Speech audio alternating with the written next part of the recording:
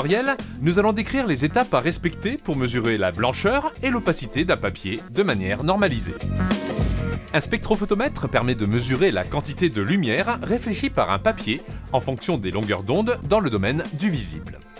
L'analyse de ce spectre permet de déterminer la blancheur et l'opacité d'un papier.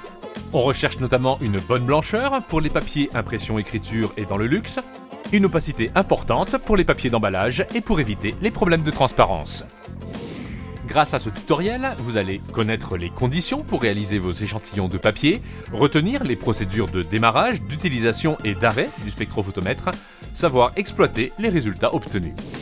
Prenez votre feuille de papier et utilisez un massicot pour découper vos échantillons dans un format de 10 par 10 cm. Pour pouvoir exploiter votre campagne de mesure, réalisez au minimum 10 échantillons.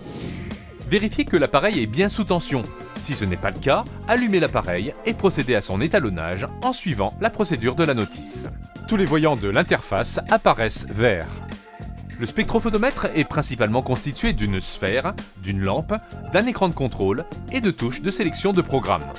La lampe éclaire, dans des conditions normalisées, l'échantillon de papier à travers cette sphère qui assure une bonne diffusion de la lumière. Pour faire des mesures classiques type blancheur, opacité, appuyez sur la touche correspondante au programme désiré. Tous les programmes suivent les normes en vigueur.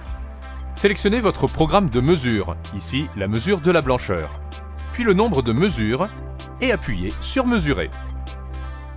Placez l'alias, comme demandé, de 10 échantillons sous l'orifice et cliquez sur OK.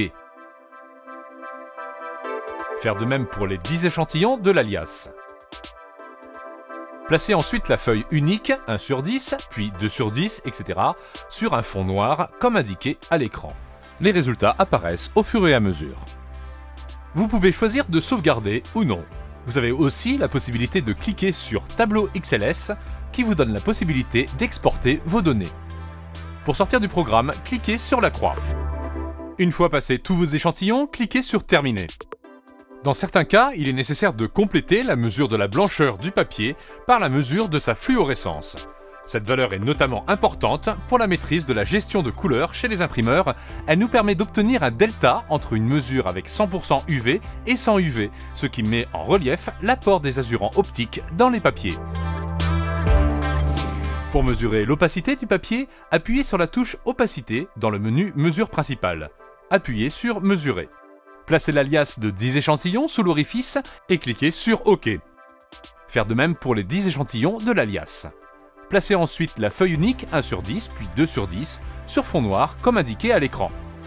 Les résultats apparaissent au fur et à mesure et peuvent être sauvegardés ou exportés en fin d'essai. Veillez pendant toute la durée de votre campagne de mesure de ne pas souiller vos échantillons. Pour exploiter vos résultats, vous pouvez utiliser le tableur sous le pavé Mesure principale. Sélectionnez l'essai désiré et vos résultats apparaissent sous forme de tableau avec les moyennes et écarts types. Vous avez désormais la valeur de la blancheur, d'opacité ou de fluorescence de votre papier. Voici les principales étapes à retenir pour mener à bien les mesures de blancheur et d'opacité d'un papier. S'assurer que l'on utilise un appareil étalonné selon la norme en vigueur. Vérifiez que l'échantillonnage est représentatif et non souillé, que l'alias est 100% opaque. Réalisez votre campagne de mesure en respectant les étapes détaillées dans ce tutoriel.